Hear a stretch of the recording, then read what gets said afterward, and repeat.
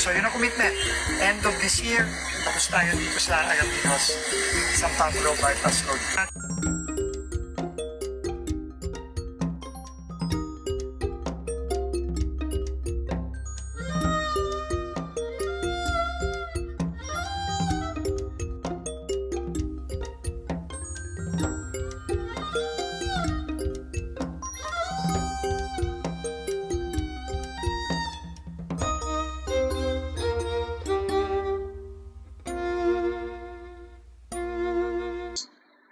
Ayun, good morning po sa inyo lahat. Ngayon po ay araw ng Friday, ika-12 sa buwan ng Hunyo 2026. Oras po natin alas 7:45 ng umaga. Ngayon nga po ay holiday, pinagdiriwang po ang araw ng kalayaan ng buong Pilipinas, ika-128 kung di pa ako nagkakamali. At kasalukuyan, narito po tayo ngayon sa lalawigan ng Laguna, partikular, nandito na po tayo sa Alaminos. Kagaya po ng inyong nakikita dyan sa ating likuran, yan po yung intersection ng bypass road na ito. Lipa Alaminos, San Pablo City Bypass Road at saka Lipa Alaminos Road. Ating pong pupuntahan yung kung mainit-init pa na binisita kamakailan. Tingin ko kahapon lang po yon ni Secretary Dizon. Ito pong natitirang bahagi ng 12.83 kilometers na bypass road na ito. Diyan po sa may barangay San Miguel, sakop na po ng San Pablo City. No? Alinsunod po yan sa panawagan po ng putihing punong lungsod ng lungsod ng San Pablo. Opo. At kasama rin po, nakita natin sa video. Mamaya po titingnan po natin kung pwede po natin insert yung video ng isang nag-post sa social media na ayun nga po, binisita nga po ni Secretary Dizon, kasama po yung mayor po ng Alaminos at saka mayor po ng lungsod ng San Pablo. Yun pong isang portion dito sa barangay San Miguel na right of way daw di umano ang naging sani, kaya na-delay ng gusto. Ito po pala ay 10 years in the making na, so napakatagal na, kaya hindi na po nakatiis ang mayor ng San Pablo, nanawagan po siya sa Pangulo, gayon din sa ating butihing secretary ng DPWH. Ngayon, tunghayan natin, pabaybay natin hanggang doon, pero parang pinakang highlights lang po natin, yun pong doon na mismo sa 350 meters na hindi pa nagagawa. Yun na lang naman po ang kulang at parang nag-commit po si Secretary Dizon kasama ang mayor ng San Pablo at ng Alaminos within this year. Tapos po ito at mapakinabangan ng mga tao. Here we go. Ayan, nandito na nga po tayo sa bayan ng Alaminos. Ito po yung papunta ng Maharlika Highway. Diyan po tayo galing. Ito po yung papunta ng Lipa Alaminos Road po. Ito po yung bypass road, yung kinalalagyan natin.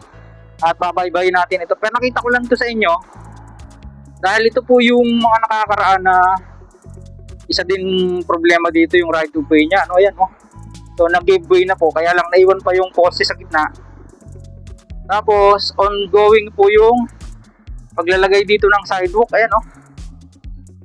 Tapos ang highlight po nga natin, yun pong doon sa barangay San Miguel dito sa San Pablo City.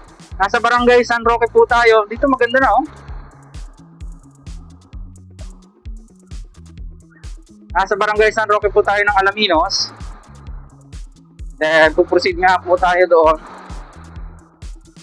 Kagaya nga po nung naipangako ko sa inyo last episode natin diyan sa SXTR4, ay itutuloy po natin yung from San Pablo Interchange hanggang doon po sa Chaong, which is yun nga po yung package C, no?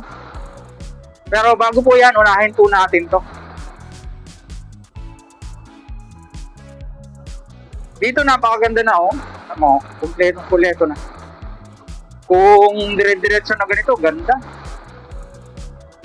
Kaya lang, dyan po sa unang-unahan ng konti, ay may mangilan-gilan pa po dyan na hindi pa rin naaayos tingin ko yung right of way. Sana isama na po yan doon sa... Although nadadaanan naman siya, ang problema nga lang po doon sa Barangay San Miguel, hindi talaga siya madaanan. Motor man ay hirap pa, nilagyan lang ng rampa doon sa tulay. Nakikita nyo po yan, Memya.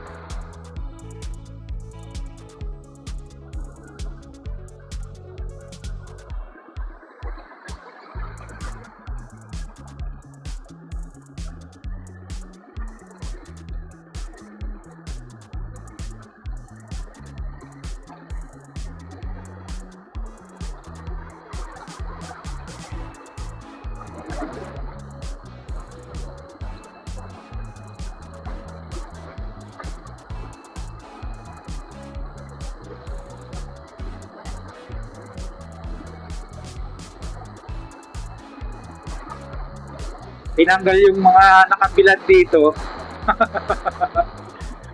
Baka nasabihan na dadalaw si sekretary kahapon. Kahapon yata yun eh. Ayan, ito na po yung isa kong sinasabi sa inyo. Barangay San Agustin po ata rin. Ito kapiraso na lang naman to eh. Siguro mga 100 meters, more or less. Isa pa ito sa mayroon yatang problema sa right of way. But, nadadaanan naman siya. Hindi nga po kagaya doon sa San Miguel na talagang hindi siya madaanan. O sabi ni Mayor ay pagtingtiis lang sa mga kababayan niya. At siyempre, hindi lang po naman mga San Pableño ang makikinabang dito, maging yung mga nagpaparot pa rito ng papunta ng Quezon, ano? Punta ng saka yung pag-travel, napaka-traffic po kasi dyan sa bayan. Dalawang bayan yung dadaan, lalo na po dyan sa lungsod ng San Pablo. Nako, eh kung kayo naman naka-private vehicles, naka-motor, dito na, di ba? Hayaan nyo na lang yung mga buses dyan. Saka tingin ko papayagan na rin dito yung mga trucks pag ito'y nagawa na, ano? Kasi ala naman din silang transaction dyan sa city. So, dito na sila sa bypass. Yun nga lang, madaling nasisira pagka sobrang bibigat ng kwan. Hindi kasi pang national highway yung pagkakagawa na ito eh.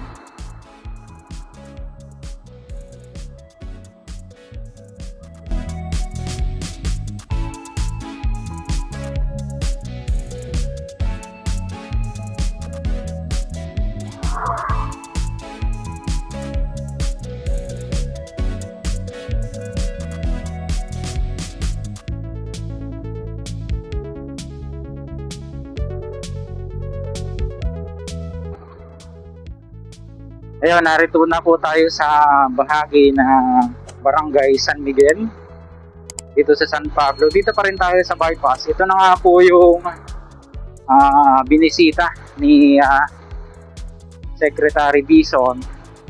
Recently lang po mga kabayan. Hinahanap ko lang yung date kung kahapon eh. Pero malamang kahapon lang yun. Fresh na fresh eh. At yun nga, habang binabaybay po natin ito, ay sinisingit-singit natin yung ating drone shot dahil pinauna na natin siya rito. Habang maganda-ganda pa yung panahon, kalma pa.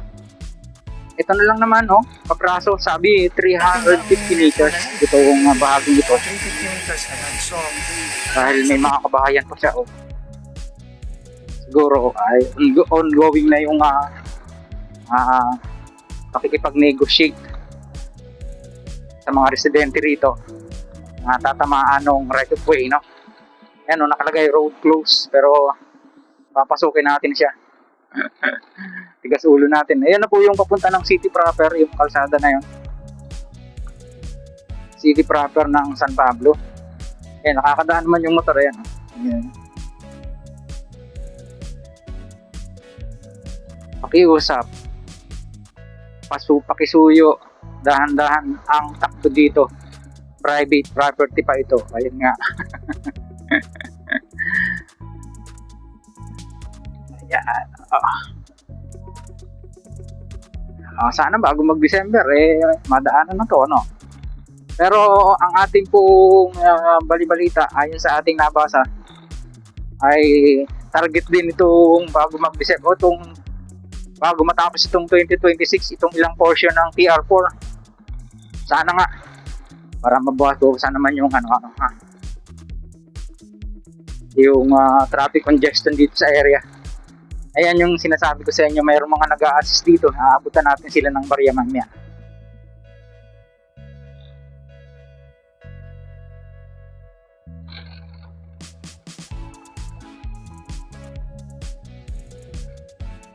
Dahil pag hindi ka tinulungan, hindi makakaahon.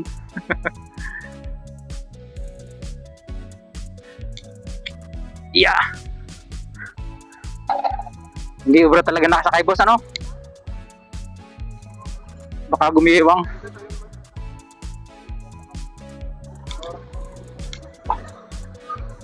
Ayun, thank you. Thank you po. Mamaya ako na kayo abutan pagbalik. Babalik ako. Ayan. Tignan nyo naman pag-ahon dito. Ang ganda na eh.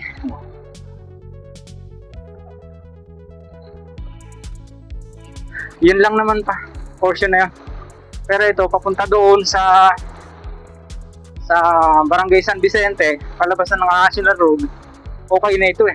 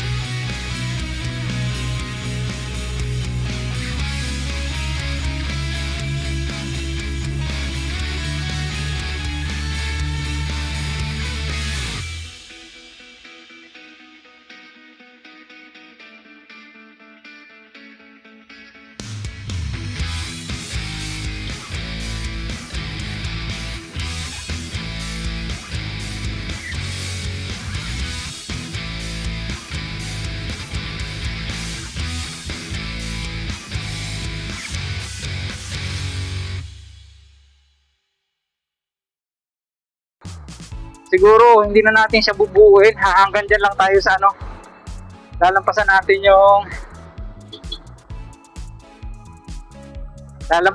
yung isa pang ginagawang tulay dito. Ito naman na to tambak na lang ang kulang. Pero nung nakakaraan dyan tayo dumadaan sa baba, so alamin natin hanggang diyan sa panulukan ng Soledad, Santa Maria Soledad, Santissimo Road. Yan. Di ba?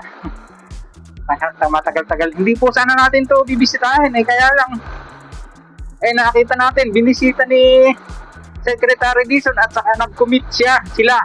Kasama yung mga LGU na within this year madadaanan na po ito. Ito yung sinasabi ko, ginagawa lang bilaran, no? Kasi nga, hindi pa madaanan ng mga malalaking sasakyan. Paano gang gagamitin? Hindi nga, motor nga pahirapan pa. Slow down. Ayan yung tulay. Ayan. Okay na. Pero hindi pa pinadadaanan. Dito tayo dadaan.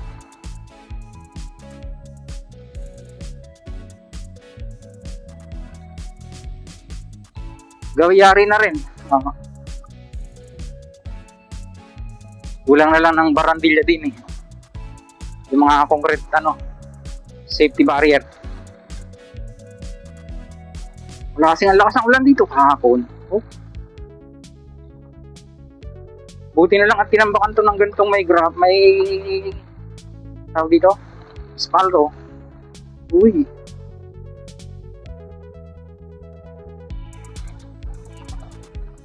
Ito'y kaya naman to magputik. Ayun, gumagawa sila dito. May portion pa na hindi na semento. Ayan, yung approaching ng tulay. Ano na lang, abraso na lang yan. Napakatagal na nga naman pag ginagawa.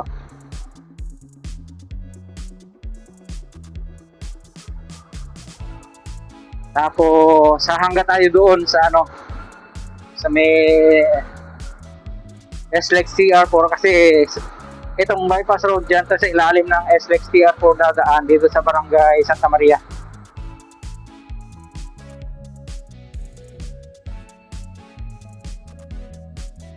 Road close, slow down. Pakalalim na.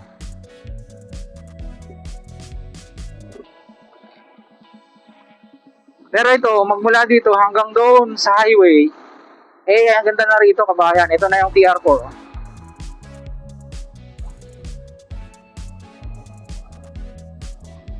At yan naman po yung ating susunod na pupuntahan.